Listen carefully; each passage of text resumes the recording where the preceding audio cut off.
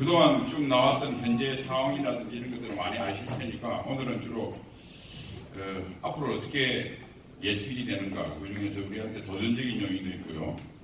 우리가 또 긍정적인 요인도 있습니다. 희망을 가져야 되니까 앞으로 어떻게 세상이 흘러갈 것 같고 우리가 어떻게 해야 되겠나, 이 위주로 오늘 설명을 올리고자 합니다. 아까 이병태 교수님도 문재인 대통령께서 말씀하신 대로 가보지 않은 길을 가신다고 그랬는데, 그 이야기를 10월 1일날 제가 최초로 정기의 TV를 뉴스에 올 10월 1일입니다. 출연하는 그날 꿈꾸는 날이었는데 대통령께서 그런 말씀을 하신 걸 보고 제가 코멘트를 했습니다. 가보지 않는 길은 맞는데 아마 그 가보지 않는 길 성공을 하면 모세의 기적보다 더 큰 기적을 아마 유 대통령이 이루실 것 같다. 홍해 앞바다에 지금 모세에 인솔돼서 두려움에 떨고 있는 유태민족의 심정이 그대로 오더라고요. 그런데 저분이 모세가 아니면 우리는 홍해에 지금 다 수장되게 생겼다, 이렇게 생각을 하면서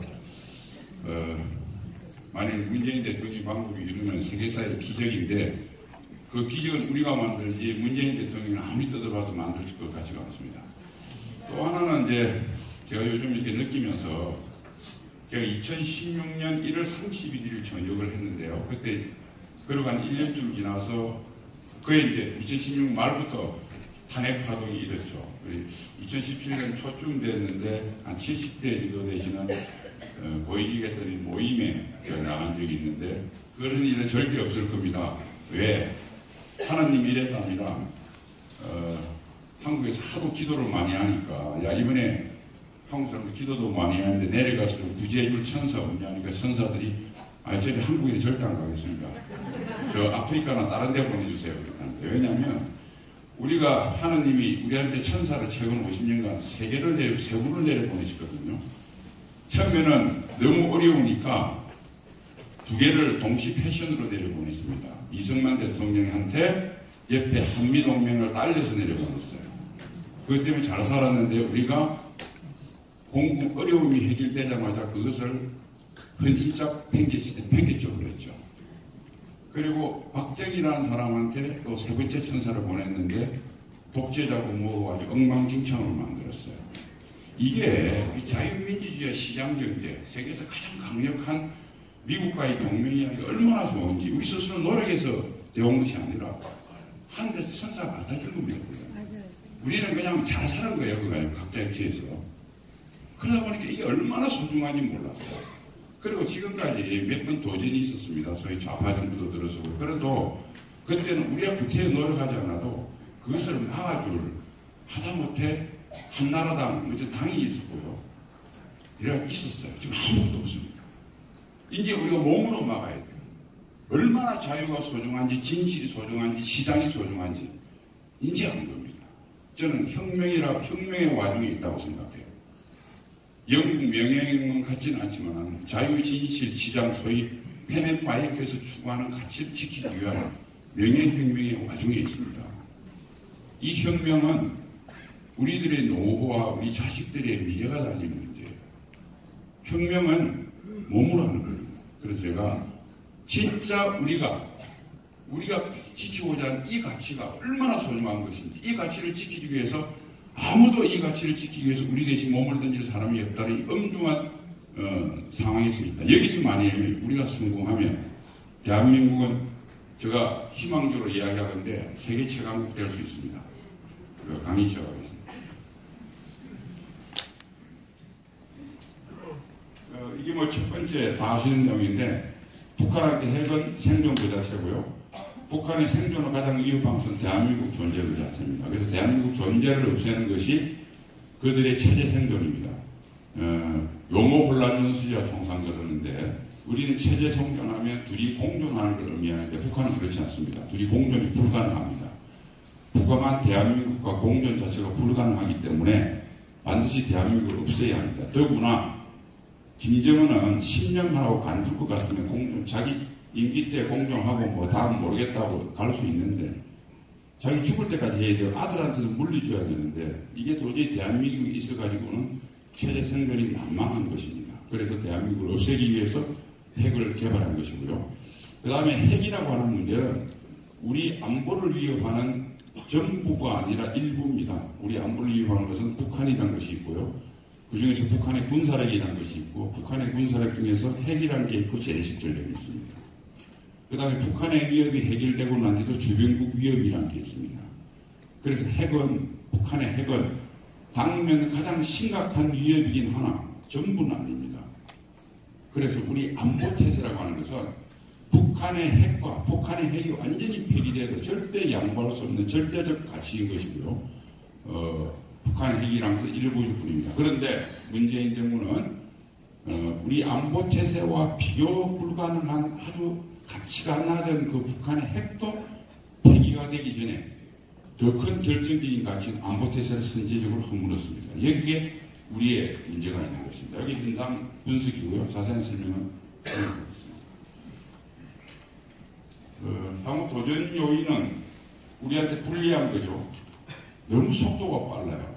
사실은 제가 작년부터 주로 이 담론계, 안보 담론계 시장이 뛰어들어서 뭐 조선일보 칼럼도 쓰고 뭐 이렇게 조금 활동을 해왔는데요.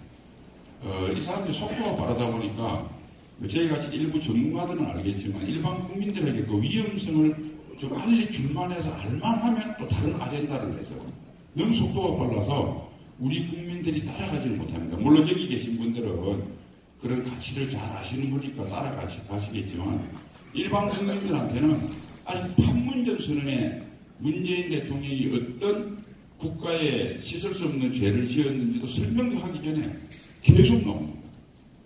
그래서 속도가 너무 빠르다는 것이 우리가 안고 있는 그 속도를 따라가기 어렵다는 것이 첫 번째 도전 요인이고요. 두 번째는 우리 전문가들과 그다음 일부 여기 애국 시민들이 열심히 노력을 하는데 솔직히 우리가 확장성이 없어요. 그러니까 문재인 대통령 지지가 20%였는데 탄핵 과정을 거치면서 41% 따블이 된 거죠. 그리고 작년 5월에 정권이 출범하면서 정권 출범의 컨벤션 효과도 있었겠지만 우리 자체의 또 확장성이 제한되는 전략적인 방법에서 덜 성숙된 방법을 택하는 바람에 어쨌든 갤럽이나 리얼미티 그걸 믿고 시작을 해야 되니까 조갑재 대표님도 그 말씀하시는데 믿는다고 보면 거기서 한 20%가 더 늘은 겁니다. 그러니까 우리 자꾸 쪼그라들고 있어요. 그래서 지금 중요한 것이 우리가 효소력 있는 대안을 만들어야 되고 그 대안에 제대로 저항력을 발휘할 수 있도록 전략적인 접근이 필요하다는 게 제 생각이고요. 이걸 하려고 그러면 결국 일단은 우리 내부의 단결도 중요하고 단결된 힘으로 확장을 해나갑니다. 확장은 두 가지인데 국내적으로 세대적으로 확장이 됩니다. 그러니까 우리하고 제일 가까운 것이 특별한 이념적인 그 생각은 없는 사람인데 좀 그냥 모르는 사람은 깨우쳐야 되고요. 잘못 알고 있는 사람은 알려줘야 되고 세대적으로 보면 좀 더 젊은 층으로 우리가 확산시켜 나가야 됩니다. 그 다음에 우리의 이러한 목소리가 국제적으로 확산이 돼야 돼요. 그러니까 미국 내 또는 우리 우방국 내 일본도 좋고 미국도 좋고 또 세계 각국에 이런데 우리의 목소리가 연대를 할 수 있는 여기 계신 분도 다 잘 아시겠지만은 재동포라는 분들이 되게 조금 우리와 생각이 다른 사람도 있지만 대다수는 또 생각이 같은 분들이 많거든요.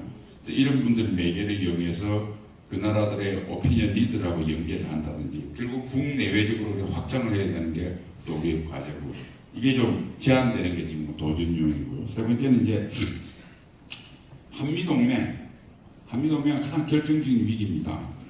사실은 한국 6.25 전쟁이 끝나고 한미동맹이 출현을 해서 결정적인 위기 국면이 잘 아시는 70년대입니다. 우선 닉슨 대통령이라는 사람이 나와서 닉슨 닥트린을 발표함으로써 우리 7사단이 철수를 했죠, 미국은. 그렇지만 닉슨 대통령은 뭐 한미동맹을 경시했다기보다 미국의 세계 전략 차원에서 아시아에서의 미국의 개입을 줄여들었던 겁니다. 결국은 결과론적으로 한미동맹을 약화시키는 역할을 했죠. 그런데 한미동맹에 대한 혐오감을 가지고 있고 특히 한국 박정희 정부에 대한 도덕적인 혐오감을 가진 카터 대통령이 출연하면서 굉장히 한미동맹이 위기에 처했어요. 그런데 이제 한미동맹은 행위자가 4명 아닙니까? 한국 정부, 미국 정부, 한국 국민, 미국 국민. 그런데 미국 정부의 대통령 혼자만 주한미군을 철수하겠다고 공약을 했지 미국 정부 의회가 움직이지 않았고 미국 국민도 마찬가지고 한국 국민과 한국 정부는 한미동맹을 철저하게 지지했었습니다. 그래서 카터의 생각을 바꿨어요. 그런데 지금은 어떤 상태냐면 한국 대통령, 미국 대통령, 한국 대통령은 생각이 다르죠. 한미동맹보다 남북 공조가 훨씬 더 안보에 유용하다고 이렇게 생각하는 사람이고 미국 대통령은 이것을 상업적 미국 우선주의로 한미동맹을 소위 거래를 할 수 있는 하나의 카드일 뿐입니다. 그 다음에 한국 국민, 잘 아시다시피 과거보다 한미동맹, 미군 없고 유엔 사령 그거 뭐하러 있냐, 주권 문제다 이런 경향이 특히 젊은 사람들에게 많이 소외되어 있고요. 미국 국민 역시 한국 국민도 안보에나 관심이 없는데 미국 국민은 오죽하겠습니까? 더구나 70년대는 6.25 때나 월남전 때 한국과 같이 싸웠던 사람들이 대부분 다 미 행정부의 고위직이라 또 의회도 국회의원들도 많았고요. 이게 탄탄했는데 지금은 많이 무너졌습니다. 그러니까 지금은 사실 70년대보다 몇 배 더 한미동맹이 위기에 처했다. 그 다음 이제 여러 가지 국제 체제의 어떤 협력 체제. 이건 역시 이번에 유럽 순방 때 문재인 대통령 보셨겠지만 우리가 당사자인데 우리 스스로 국제 협력 체제를 허물고 있으니 이것도 원심력이 아주 심각하게 작용하고 있다. 이게 우리가 갖고 있는 아마도 앞으로 몇 개월 내지 1년 내 닥칠 가장 결정적인 도전이라고 생각합니다. 안보면에서. 그럼 우리한테 기회 요인이 없느냐? 저는 네 가지가 있다고 봐요. 첫 번째는 뭐냐면 남북 공조로 과속을 합니다. 그래서 이렇게 비유하면 돼요. 한 번도 이 사람들이 보통 이 좌파들이 차를 타고 속도를 내도 20-30km 냈거든요. 우리도 그거 바라보니까 20-30km 내는데 대응도 했어요. 근데 이 사람들이 갑자기 100km를 밟아요. 근데 요즘은 또 보니까 우연히 고속도로에 한번 올려봤는데 차도 없고 그러나 컨디션도 좋은지 140-50km씩 밟습니다. 우리는 대치는 게 없어. 근데 운전자도 한 번도 안 밟아봤습니다. 얘도 지금 한번 밟아놓고 또 이 속도를 줄이는 방법을 몰라요. 도로 앞에 돌발 상황만 생기면 바로 전복됩니다. 역으로 이 과속도 빠른 속도는 우리한테 대응을 못하게 하는 점도 되지만 적도 조절할 수 없는 풍계불능의 상태에 또 돌아가고 있다. 그래서 지금 아까 말씀드린 경제면에서 소득주도 성장이 뭐니 내려놓지 못해 지금. 문재인 정부는 이미 잘못된 정책을 호랑이 등에서 올라탈 수 없는 속도입니다. 이게 어떻게 보면 우리한테 기회가 될 수 있다는 거고요. 두 번째는 미 대선과 대정식의 변화. 이거는 저는 이렇게 봤습니다. 트럼프 대통령이 종전선언도 오바마 정부 때까지는 종전선언 부정적이었거든요. 그러니까 북한이 비핵화가 되면 평화협정 되면 다 되는 건데 뭐하러 그걸 떼놓고 하느냐가 입장이었는데 문재인 대통령의 어떤 협조에 의해서 트럼프 대통령이 생각을 한 것 같아요. 이게 카드가 되겠구나. 이거 그냥 정치적 선언을 해주고 만일 북한이 여기에 핵리스트에다가 플러스 알파에서 ICBM 쪼가리라도 소위 프론트 로딩이라고 그러는데요. 초기 적재라고 던져서 보내주면 이거 어마어마한 마케팅이 되겠구나 해서 비즈니스맨답게 그걸 창공했던 겁니다. 그래서 받아들였어요. 그래서 올해까지는 마케팅입니다. 마케팅. 트럼프 대통령이. 그런데 이게 영원히 마케팅만 할 수 없어요. 이게 배달이 와서 배달돼서 물건이 오는 시기가 내년입니다. 내년이 2020년에 미 대선이니까 내년에 아젠다를 이니시티브를 가져야 되거든요. 그리고 내년에 물건을 풀어놔야 돼요.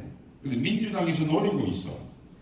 우리가 그렇게 정성스럽게 만들었던 이란 핵협상을 그 의회 동의받아달라고 그러니까 공화당 니들이 정략적인 목적으로 걷어찼지.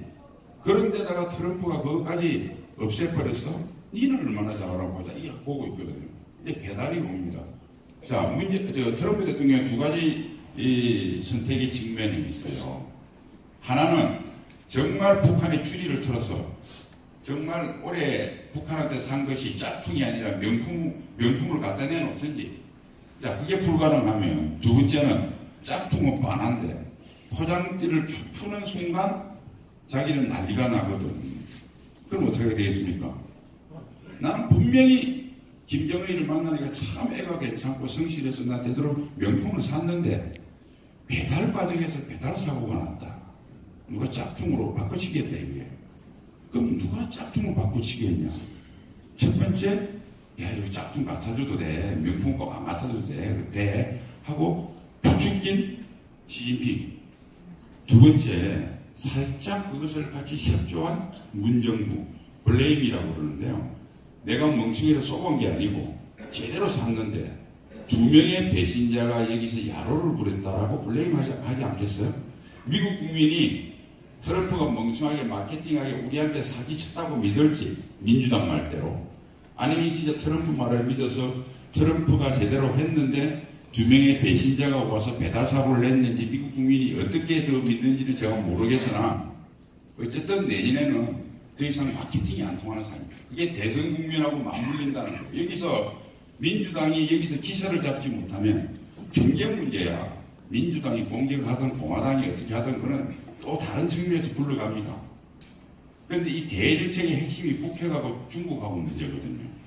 여기서 트럼프 대통령이 지금까지 마케팅과 달리 정말 명품을 갖다 내야 2020년 대선이 되는 것이고, 만약 명품을 안 갖다 놓으면 미국 국민들이 이해될 만한 이유를 대야 됩니다.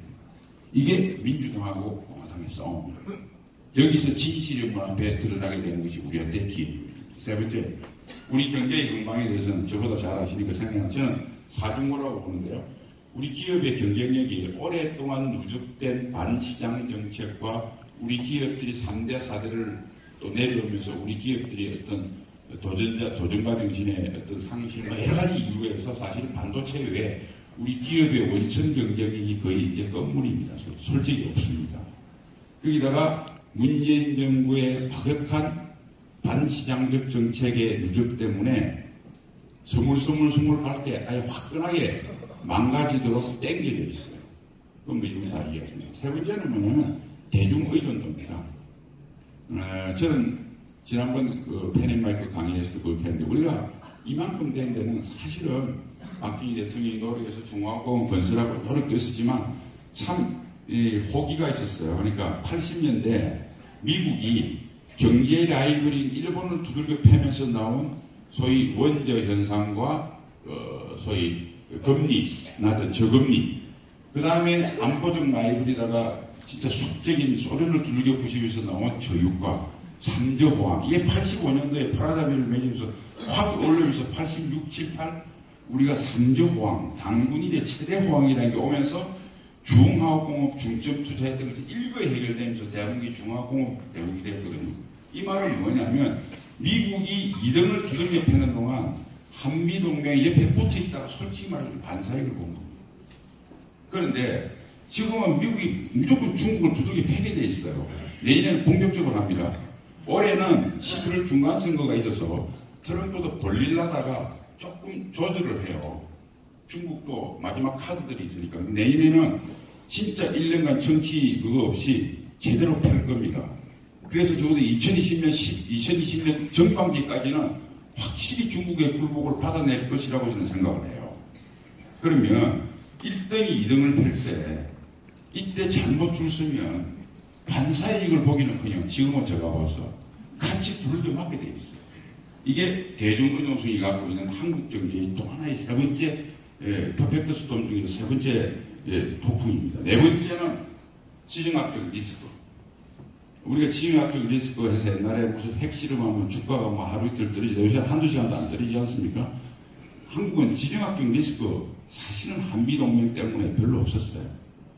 기업 자체의 경쟁력이나 기업의 회계 기준에 의해서 우리가 저평가된 거지 지정학적 리스크는 있어봤자 하루 이틀이었습니다. 제대로 된 지정학적 리스크가 옵니다. 왜? 한국이 북쪽하고 북쪽 쪽으로 붙는다는 걸 느꼈기 때문에. 그래서 미국이 최혜국 대우를 해주는 것이 서서히 철회할 겁니다. 이 네 가지가 오기 때문에 우리한테는 이거는 굉장히 안 좋은 거죠. 한국 경제가 망가집니다. 그런데 빨갱이 나라가 되는 것보다 좌익 공산화되는 것보다 한 1년을 들이려먹고 다시 서야 나중에 기회가 있지 않겠습니까? 그래서 참 이게 어떻게 안 좋은 말이긴 한데 이것도 우리나라가 좌경화에 벗어날 수 있는 하나의 기회 요인으로 우리가 살려야 된다는 점도 제가 썼고, 마지막에는 북한의 문제인데 저는 북한 보니까 우리가 사람들은 자기 약점은 자기가 더 잘합니다. 우리는 우리가 더 걱정이 돼 죽겠죠. 김정은이가 더 걱정이 돼 죽을 겁니다. 그러니까 생각해보십시오. 자기가 튼튼하면 아까지 그 핵리스트 주면 검증한 지 2, 3년 걸리는데 줘서 종전선언 받고 올리브가지 더 흔들면 문재인 대통령이 아예 무슨 군사 합의서 해가지고 운용만 못하기가 아니라 한국 군대 다 뒤로 빼버릴 텐데 이걸 못해요, 북한도. 그러니까 분명히 내년에 진실의 문에 들어섰을 때 북한은 체제 위기가 될 겁니다. 저는 그걸 확신해요. 북한이 지금까지 체제를 단돌이 할 수 있는 것은 핵을 개발하자. 거기에 집중을 했습니다. 우리 마찬가지 아닙니까? 인생의 목표를 달성했어. 100억을 벌었어. 회사 사장이 돼서 장관이 됐어. 되고 난 뒤에 어떻게 하느냐. 이건 또 다른 문제입니다. 핵을 가지고 난 뒤에 그렇게 노력해가지고 수십 년간 그들이 말한 대로 인민들의 피해 대가로 정의의 복음을 쳤습니다. 이제 정의의 복음을 써야 될 거 아니에요? 어떻게 쓸 거예요? 여기에 중요한 자기 선대 이제 할아버지하고 아버지가 해보지 않은 결정적인 순간은 김정은이 맡게 됩니다. 이것을 우리가 잘 이용하면 북한 붕괴시킬 수 있다고 생각합니다. 물론 이제 좋은 지도자가 나와야 되겠지만, 그래서 이제 간단히 요약해서 그냥 하겠습니다. 저는 이제 미래 설계를 해야 된다고 하는데, 첫 번째가 대한민국을 지키는 불씨를 살리고 넓히자. 지금 여러분들이 아신 기존 애국 역량 보존해야 됩니다. 그 다음 이 불씨를 안토니오 브람시가 이야기한 진지전을 역이용하자. 좌파든 우파든 검은 고양이든 흰 고양이든 빨간 고양이든 파란 고양이든 우리 피 잡는 데 있으면 공산주의 전략 전술은 어떻고 우리는 왜 통일 전선 전술을 못 쓰나요? 쓰면 되는 거죠. 그런데 브람시도 써야 됩니다. 그래서 지난번에 조갑재 대표님이 분진 합격 이야기를 하시는데 제가 동의를 하면서 이것도 같은 개념이에요. 그러니까 기존의 해방군은 지역 단위로 모택동 같으면 전강산 지구, 우리 같으면 인천 지구, 울산 지구 이렇게 어디 영등포 공장지대 이게 한 지역에 역량을 집중해서 하나를 해방구로 만들어지요. 그런데 그렇게 해가지고는 유럽에서 도대체 공산정권이 나올 수가 없어. 그래서 이태리 안토니오 그람시는 뭐였냐면 결정적인 시기가 올 때까지 문화계, 예술계 이건 지역이 아닙니다. 별도의 공간으로 진지를 형성해서 요시 땅에 있을 때 나오자. 2011년 민주당의 형편이 지금 자유한국당과 비슷했을 겁니다. 이명박 정부는 인기가 없는데 그렇다고 자기 손아귀가 이끄는 자기 인기도 없었어요. 그래서 가장 진지에 암양하던 좌파들이 이제 가장 중요한 플랫폼은 결국 당이거든요. 정치거든요. 혁신과 통합이라는 이름하에 민주당이 왕창 입당을 해서 소위 대표를 선출할 수 있는 책임당원의 수를 그때 3, 4만이 있던 민주당에서 10만, 20만 들어버립니다. 그 힘으로 한명숙을 대표로 문재인 대통령을 당 대선 후보로 만들어냅니다. 플랫폼을 장악한 거죠. 그 힘이 오늘까지 온 겁니다. 이게 철저하게 안토니오 그람시의 헤게모니와 진지전 이론이 좌파들이 그대로 모범적으로 다스려서 나중에 역사가 유럽에서는 빛을 못 봤던 그람시가 한국에서 부활했다는 겁니다. 우리도 그람시를 이용합시다. 그래서 그 이야기입니다. 국내에 확정하고 외선작전 이게 뭐냐면 다 예를 들면 어느 장소에 다 모여서 한꺼번에 어디로 가자. 이를 군대에서 얘기할 때 뭐냐면 내선작전 미리 모여서 가는 겁니다. 전장 내 집중, 전장 외 집중 쭉 모여가지고 한 그룹이 돼가지고 팍 치는 겁니다. 이럴 경우에는 어떤 조건이 있어야 되냐면 내가 적보다 감시하고 화력이 위에 있어야 됩니다. 그럴 때는 가능합니다. 그런데 적이 나를 잘 감시할 수 있고 막강한 화력이 막강해서 오글오글 모여있다가 한 방에 다 죽는다. 그럼 그러면 안 됩니다. 다 나눠져 있다가 자, 모일 모시에 A라는 장소로 집결을 합니다. 그래서 뒤집는 겁니다. 이게 분진합격입니다. 외선작전입니다. 작전선을 바깥에 두고 쭉쭉 모이는 거죠. 이게 나폴레옹이 썼던 소위 이 집중이 한 방법입니다. 이것을 질적인 집중, 시간 집중, 노력의 집중이라고 합니다.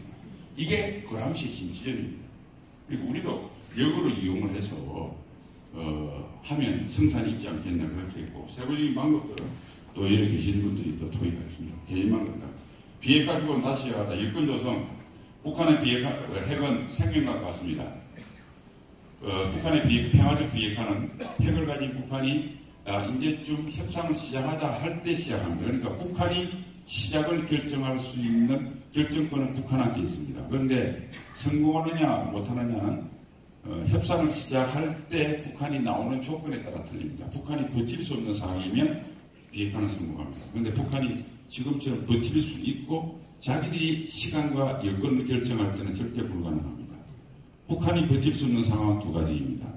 경제제재가 경제봉쇄 개념으로 경제적 질식 상태를 만들 때 가능할 겁니다. 경제적 질식 상태는 미국이 직접 만들 수 없습니다. 중국으로 쪼아야 됩니다. 왜냐하면 북한은 통상의 90%를 중국가 하고 있기 때문에 미국이 중국을 쳐서 소위 당구에서 3쿠션으로 들어갈 수밖에 없습니다. 그 다음에 경제적 질식 상태 외에 또 하나 방법이 있어요. 군사적 해결 방법. 그러니까 북한이 이렇게 느끼는 겁니다. 자, 이렇게 버티다가 중국도 하는 꼴을 봐서 내가 경제적 질식 상태에 이르겠구나. 그래서 아버지는 넘었지만 나는 고난의 행군은 못 넘을 텐데 이거 큰일 났구나라고 느끼면서 그래도 내가 아버지 때처럼 버텨서 첫눈으로 이것을 고난의 행군을 넘는다 하더라도 미국의 스텔스기가 기다리고 있구나라고 느낄 때는 벌써 손을 들 겁니다. 그러면 거래가 되겠죠. 내가 핵을 내려놓는 조신에 천수를 누려가면서 헤니시 꼬냑과 기쁨조와 함께 권력을 누릴 가능성이 있으면 하겠죠. 그게 싫어서 버티다가 내가 죽겠구나. 이 정도 돼야 북한 핵을 내려놓습니다. 이 여건 좋습니다. 이 2017년에 좀 비슷하게 되다가 우리 정부의 성급한 대화이기 때문에 가장 불리한 전략적 국면으로 떨어진 겁니다. 그러니까 문재인 정부의 대화 만능론이 북핵 역사 25년 동안 가장 유리한 국면을 만들어둔 작년에 성공의 희미한 빛이 보이는 그 순간에 암으로 만들었습니다. 목표와 전략을 재정립하자. 협상은 줄 거 줄 거 받을 거 받는 겁니다. 그러니까 받을 것은 북한의 현재, 과거, 현재, 미래의 완전한 핵입니다. 줄 거는 경제적 보상이나 외교적 보상은 줄 수 있어요. 그러나 안보적 보상은 주면 안 됩니다. 뭐 이런 것들입니다. 그리고 주는 것도 시기가 있어요. 비핵화 시작할 때 줄 것과 비핵화 입구에서 줄 것과 완전한 출구에서 줄 것 있어요. 그런데 지금 어떻게 됐냐면 줘서는 안 되는 안보적 보상을 다 줬고 그 다음에 경제적 보상도 마지막 출구에서 줄 것을 시작도 안 할 때 주려고 하고 있어요. 그러니까 완전히 헝클어 놓은 건데 그 헝클어 놓은 가장 결정적인 주범이 문재인 정부다. 이야기입니다. 이것을 다시 재부팅입니다. 그 다음에 북핵 협상이 평화적 해결이 실패할 걸 대비해서 북핵에 대한 대응 능력을 갖춰야 되고 군사적인 문제가 설명 생각합니다. 마지막은 가장 중요한 것은 핵보다 더 중요한 건 북한 체제의 성격을 변화시켜야 됩니다. 북한이라는 체제가 정상적인 국가가 되면 그래도 핵이 있는 것은 문제가 되겠지만 훨씬 대화를 통해서 다른 대안이 가능합니다. 그런데 북한이 일단은 저는 독재국가, 그중에 세속 독재국가는 이것은 안 됩니다. 우리가 이런 말들을 많이 해요. 젊은 사람들은 뭐 통일되면 월남처럼 결국 통일되면 어떠냐. 근데 통일되는 과정에서 일단은 월미 공산에서 600만 죽이고 100만이 보트 투표된 건 잘 아실 겁니다. 그런데 북한이 하면 그 정도는 안 거쳐요. 호재민이라는 사람은 비록 공산주의자였지만 나름대로 괜찮은 지도자였어요. 공산주의 지도자 중에서는. 이 사람은 세습 이런 거 안 해. 1인 독재도 안 합니다. 공산도 안 세웠습니다. 그러니까 진짜 공산주의 나라 만들어서 진짜 월남 들어가서 교화시키고 그래서 한 600만 죽이고 나면 나머지는 아예 공산당에 수능할게요. 그런 사람들은 안 죽여요. 그런데 틀립니다. 북한은. 3대 세습을 해야 돼요. 지금 북한 주민들이 얼마나 많이 잘 듣겠어요. 굶어 죽이고 때려 죽이고 천만 죽였습니다. 아직도 정치범 수용소가 있어요. 지금 대한민국 5천만 중에서 북한 같은 체제를 받아들여 살 수 있는 사람이 있습니까? 민노총도 못 삽니다. 다 죽어야 돼. 진짜요. 아니 3대 세습을 어떻게 하고 뭘 할 거야. 그러니까 김정은이는 3대 세습을 해야 되기 때문에 지금 대한민국 공기를 아무래도 맡아본 사람은 다 죽습니다. 다 죽여야 됩니다. 그러니까 월남하고는 비교가 안 돼요. 월남하고 비교할 수 없어요. 월남은 집단 지도 체제에 10년마다 정권이 바뀌고요. 나름대로 이런 개인 숭배도 없고 나름대로 공산당 원칙에서 그나마 하는데도 600만이 죽었는데 그래서 북한이나 체제를 바꾸지 않는 이상 그래서 이 노력은 지금 정부는 난망하지만 이게 가장 핵심 인권입니다. 이거 뭐 설명이 너무 길어서 오늘 생각하는 것 같아요. 소련을 붕괴시킨 것도 결국 인권이고요. 그래서 인권부터 시작해서 북변화의 노력이 정부가 안 하니까 난망하다 생각하지 마시고 이걸 해야 됩니다. 그래서 제가 자유한국당 토론에서 제가 컨설팅을 할 때 인권특위를 만들어라. 그리고 과당만 바라보지 말고 민주당하고 손을 잡아라 가서 그래서 북한의 인권을 같이 공격해라. 그러면 트럼프가 절대 북한하고 이 무슨 상업주의적 카드로 못합니다. 니카라구아 콘트라, 이란 콘트라 전부 다 레이건 대통령이 그 인기 좋은 대통령이 인권 문제로 잘못 건드 인권이 문제가 되는 나라하고 비밀 거래했다가 아주 탄핵당할 뻔했어요. 미국이 그런 나라입니다. 그래서 빨리 인권특위를 만들어서 인권과 인류의 보편적인 가치인 인권을 가지고 한비가 같이 나가서 문재인 정부가 북한의 인권에 침묵하는 반문명적이고 반지성적이고 인류의 범죄적 행위에 대해서 우리가 침묵하면 안 된다. 그게 북한의 변화를 가속화시키는 겁니다. 그 다음부터 이렇게 계속 인권을 공격하면 김정은이가 견디다 못하면 착한 남자인 척합니다. 그게 브리즈네프가 솔제니친을 풀어주고 바이에사 폴란드 자유노조를 탄압을 못해서 나중에 전국적으로 고르바초프가 페레스트로이카 글라노스트 했던 거거든요. 그러다 망했거든요. 나쁜 남자가 견디다 못해서 착한 남자인 척 할 때 나쁜 남자의 결정적인 위기가 옵니다. 그러니까 북한의 인권은 정말 우리 안보를 위해서 결정적인 하나의 강력한 수단이다. 이런 것들 종합적으로 해서 저는 대한민국이 절대 망하지 않는다고 봅니다. 대한민국의 거대한 잠재력은 문재인 정부하고 남북 자익들이 모르는 게 있어요.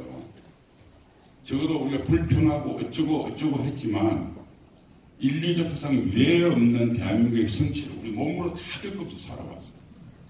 지금 그동안은 이거를 누가 다른 사람이 해주니까 우리는 그냥 별 생각을 안 했는데 지금 우리 국민들이 깨어나고 있어요. 이제 우리가 아니면 이 성취의 기억을, 이 성취의 DNA를 되살릴 방법이 없어졌어요. 깨어납니다. 저는 우리 국민들을 믿고요. 여러 애국 시민들의 힘을 믿고 역사의 진보를 믿습니다.